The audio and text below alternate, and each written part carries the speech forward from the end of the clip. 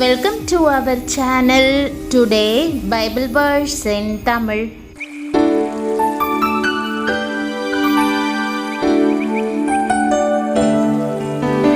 இன்றைய வசனம் 2 கொரிந்தியர் 2ஆம் அதிகாரம் 14ஆம் வசனம்.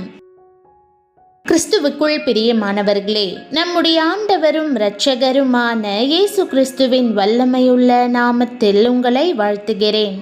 இன்றைக்கு உங்கள் வாழ்க்கையில் ஒரே ஒரு தீர்மானம், அதுவும் ஒரே ஒரு நாள் தீர்மானம். உங்கள் தோல்வியின் மத்தியிலும் உங்களை கிறிஸ்துவுக்குள் வெற்றியில் நடத்தக்கூடியதாக இருக்கும். அது என்ன தீர்மானம் என்று தெரியுமா? இந்த வீடியோவின் முடிவில் தேவன் அதை உங்களுக்கு தெளிவாக வெளிப்படுத்துவார். கடைசி வரை பாருங்கள்.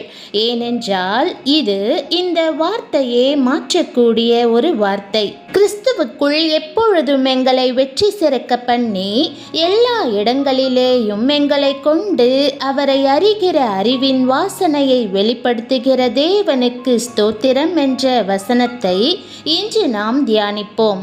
இந்த ஒரே வசனத்தில் தேவன் நமக்கு 2 அற்புதமான வாக்குத்தத்தங்களை தருகிறார். ஒன்று, எப்பொழுதும் நம்மை வெற்றி சிறக்க பண்ணுவது. இரண்டாவது, நம்மை கொண்டு அவரை அறிகிற அறிவின் வாசனையை வெளிப்படுத்துவது. இந்த இரண்டையும் இன்று ஒன்றாக பார்ப்போம். வெற்றியின் மேல் வெற்றி பெறவும் சோதனைகளின் மேல் ஜெயம் எடுக்கவும் இன்றைக்கு தீர்மானியுங்கள். வெற்றிக்கென்று உங்களை அர்ப்பணித்து விடுங்கள். நீங்கள் எப்பொழுதும் வெற்றி சிறக்க வேண்டும் என்று கர்த்தர் ஆவலுள்ளவராய் இருக்கிறார்.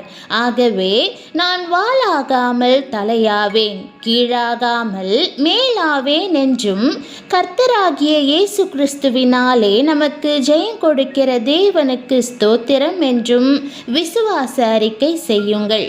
இயேசு கிறிஸ்துவுக்கு தோல்வி என்பது இல்லை.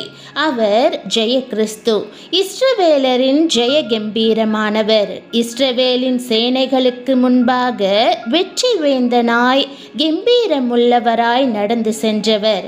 கானானில் உள்ள 7 ஜாதிகளையும் முறியடித்து 31 ராஜாக்களின் மேல் இஸ்ரவேலருக்கு வெற்றியை கொடுத்த அவர் நிச்சயமாக உங்களுக்கும் வெற்றியை தருவார். நீங்கள் செய்ய வேண்டிய ஒரு காரியம் உண்டு. தோல்வியை குறித்த எந்த எண்ணத்திற்கும் இடம் கொடாதிருங்கள். எதிர்மறையான வார்த்தைகளை பேசாதிருங்கள். மனச்சோர்வை அகற்றிவிட்டு கர்த்தருடைய உற்சாகமான ஆவியினால் நிரப்பப்படுங்கள். இன்றைக்கு கர்த்தர் எனக்கு ஒரு அற்புதத்தை செய்து வெற்றியை தருவார் என்று உற்சாகமாய் விசுவாச அறிக்கை செய்யுங்கள். சிலர் எப்போதும் தோல்விக்குரிய வார்த்தைகளையே பேசி நான் ஏன் தான் பிறந்தேனோ, உயிரோடு இருப்பதை விட செத்து விடுவது நல்லது, மற்றவர்களெல்லாம் உயர்ந்து போகிறார்கள், நான் தான் தாழ்ந்து போகிறேன், என் தலைவிதி அப்படி என்று தொடர்ந்து சொல்லி கீழாகவே போய்கொண்டிருக்கிறார்கள். தேவ பிள்ளைகளுடைய வாயிலே இப்படிப்பட்ட வார்த்தைகள் வரவே கூடாது. நீங்கள் ராஜாதி ராஜாவின் பிள்ளைகளாயிருக்க ஏன் அனாதைகளைப் போல உணர வேண்டும்? கர்த்தர் சிலுவையிலே உங்களுக்காக யாவையும் செய்து முடித்திருக்க ஏன் தரித்திரத்தோடும் பலவீனத்தோடும் வாழ வேண்டும்? எப்பொழுதும் எல்லாவற்றிலும் உங்களை வெற்றி சிறக்க பண்ணுகிறவர் உங்களோடு இருக்கிறார். போராட்ட நேரத்திலே எதிரிகள் துரத்துவதற்கு வந்தபோது யோசபாத் வெற்றி வார்த்தைகளை பேசினார். காரணம், அவருடைய கண்களிலே தேவனை பற்றிய சரியான வெளிப்பாடு இருந்தது. எங்கள் பிதாக்களின் தேவனாகிய கர்த்தாவே, பரலோகத்தில் இருக்கிற நீர் அல்லவோ தேவன், தேவரீர் ஜாதிகளுடைய ராஜ்யங்களை எல்லாம் ஆளுகிறவர். உம்முடைய கரத்திலே வல்லமையும் பராக்கிரமமும் இருக்கிறது. ஒருவரும் உம்மோடு எதிர்த்து நிற்க கூடாது என்று அவர் அறிக்கையிட்டார். பிரியமானவர்களே, சர்வ வல்ல கர்த்தரை நீங்கள் பின்பற்றி கொண்டிருக்கிறீர்கள். கர்த்தரால் கூடாத காரியம் ஒன்றுமில்லை. இந்த உலகத்தில் உங்களுக்கு உங்களுக்கு போராட்டம் இருக்கலாம், கலங்காதிருங்கள். யுத்தம் கர்த்தருடையது.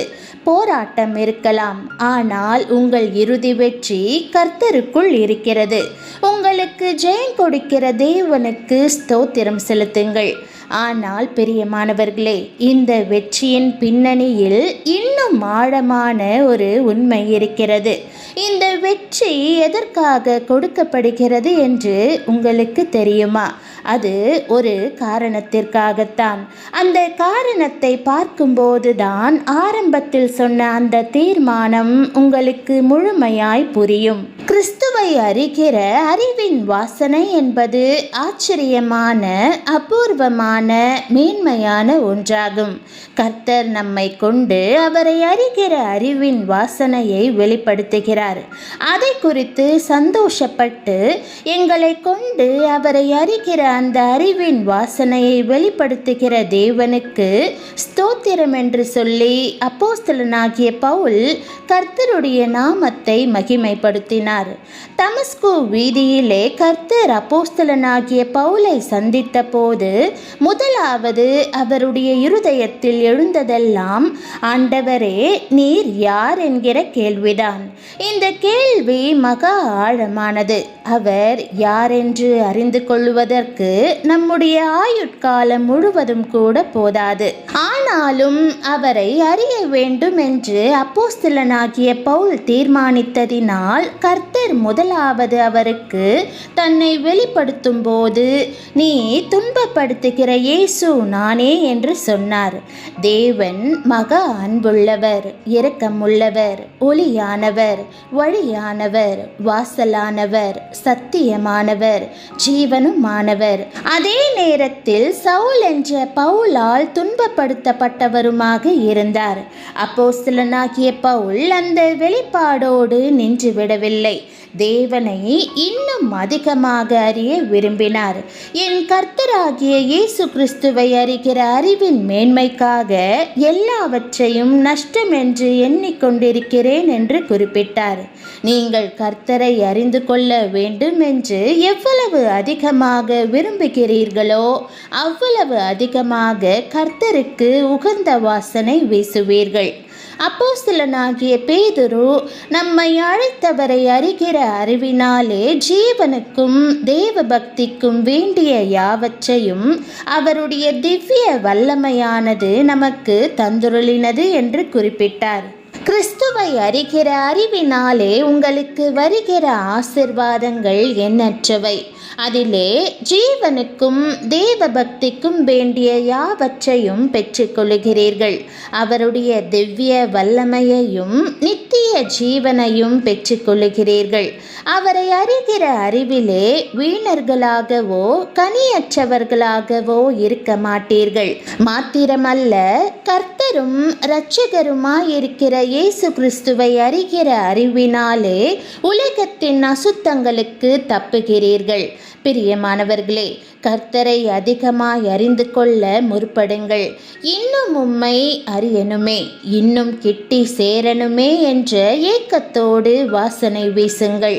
பிரியமானவர்களே, இது மனிதனுடைய யோசனை அல்ல, இது ஜீவனுள்ள தேவனுடைய வார்த்தை. அவர் சொன்னது நடக்கும். இன்று இதை உங்கள் இருதயத்தில் விசுவாசத்துடன் பொறித்து கொள்ளுங்கள்.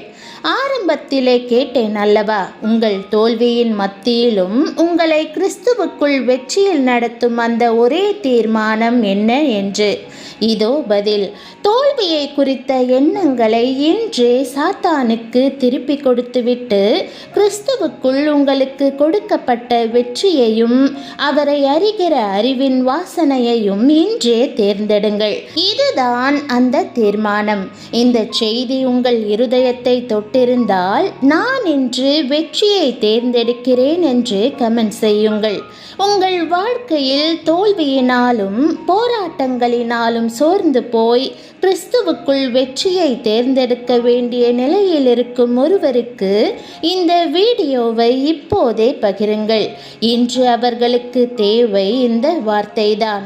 கிறிஸ்துவுக்குள் எப்பொழுதும் நம்மை வெற்றி சிறக்க பண்ணுகிற தேவன் உங்கள் வாழ்க்கையிலும் ஒவ்வொரு போராட்டத்தின் மத்தியிலும் உங்களை தாங்கி அவரை அறிகிற அறிவின் வாசனையை உங்கள் வாழ்க்கை முழுவதும் வெளிப்படுத்தி தம்முடைய நாமத்தை மகிமைப்படுத்துவாராக. ஆமேன். ஜெபம். அன்பின் பரலோக தகப்பனே, கிறிஸ்துவுக்குள் எப்பொழுதும் என்னை வெற்றி சிறக்க பண்ணுகிற தேவனாகிய உமக்கு ஸ்தோத்திரம் செலுத்துகிறேன். என் தோல்வியின் மத்தியிலும் என்னை கிறிஸ்துவுக்குள் வெற்றியில் நடத்துகிறீர் என்பதை விசுவாசிக்கிறேன். தோல்வியை குறித்த எண்ணங்களுக்கும் எதிர்மறையான வார்த்தைகளுக்கும் நான் இனி இடம் கொடுக்காமல் உம்முடைய உற்சாகமான ஆவியினால் நிரப்பப்பட எனக்கு உதவி செய்யும். என் வாழ்க்கையில் எத்தகைய போராட்டங்கள் வந்தாலும் கலங்காமல் யுத்தம் உம்முடையது என்று விசுவாசித்து உம்மையே சார்ந்திருக்க எனக்கு கிருபை தாரும். என் பலவீனத்தில் நீரே என் பலனாக இருந்து ஒவ்வொரு போராட்டத்தின் மத்தியிலும் என்னை தாங்கி நடத்தும். ஆண்டவரே, உம்மை இன்னும் அதிகமாக அறிந்து கொள்ள வேண்டும் என்ற ஏக்கத்தை என் இருதயத்தில் தாரும். உம்மை அறிகிற அறிவில் நான் நாளுக்கு நாள் வளர்ந்து என் வாழ்க்கையின் மூலம் கிறிஸ்துவை அறிகிற அறிவின் வாசனையை வெளிப்படுத்த உதவி செய்யும். என் வாழ்க்கையின் ஒவ்வொரு சூழ்நிலையிலும் உம்முடைய நாமம் மகிமைப்படும்படி என்னை பயன்படுத்தும். இன்று நான் தோல்வியை அல்ல, கிறிஸ்துவுக்குள் கொடுக்கப்பட்ட வெற்றியை தேர்ந்தெடுக்கிறேன். உம்மை அறிகிற அறிவையும் உம்முடைய சித்தத்தையும் என் வாழ்க்கையில் முதன்மையாக தேர்ந்தெடுக்கிறேன். கிறிஸ்துவுக்குள் எப்பொழுதும் என்னை வெற்றி சிறக்க பண்ணி என் வாழ்க்கை முழுவதும் உம்மை அறிகிற அறிவின் வாசனையை வெளிப்படுத்த செய்யும். இயேசுவின் நாமத்தில் ஜெபிக்கிறேன் நல்ல பிதாவே. ஆமேன்.